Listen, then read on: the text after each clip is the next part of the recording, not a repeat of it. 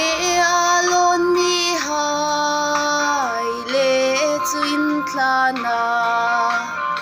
isol le el chun sakor hai le chun ing tinam le in el thei in ta mung na ramma man itlu an chun zardan ram ngau pui achun im chang ita mung na ramma man itlu an chun zardan ram ngau pui achun im chang ita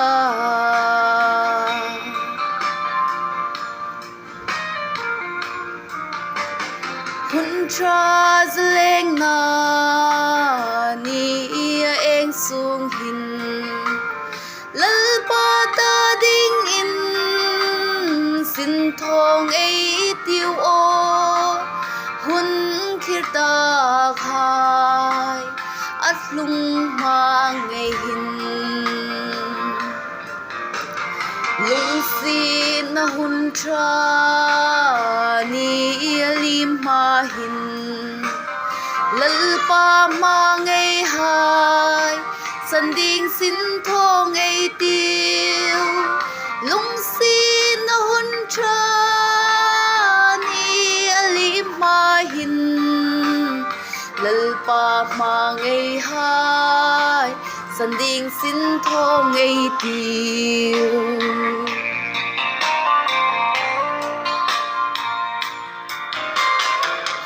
cha chân chin cha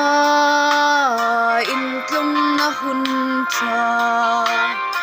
ei la nei song hin san dam na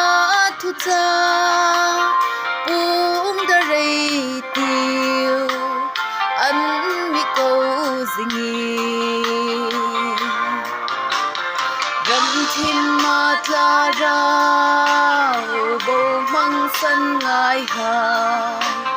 cây ni không mi hùng san râu tin ăn khét dinh ram thim ma tla ra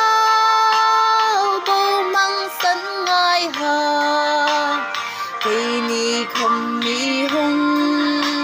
san râu tin ăn khét dinh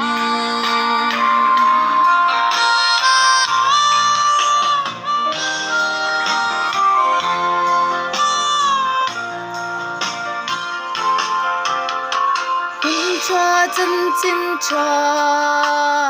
in tlung na hun cha ei la nei sung hin san dam na thu cha puongdar ei tiu an mi ko zingi ram thim ma tla ra bo mang san ngai ha cây ni không mi hùng san râu tin ăn khét dinh ram thim ma tla ra bo mang san ngai ha cây ni không mi hùng san râu tin ăn khét dinh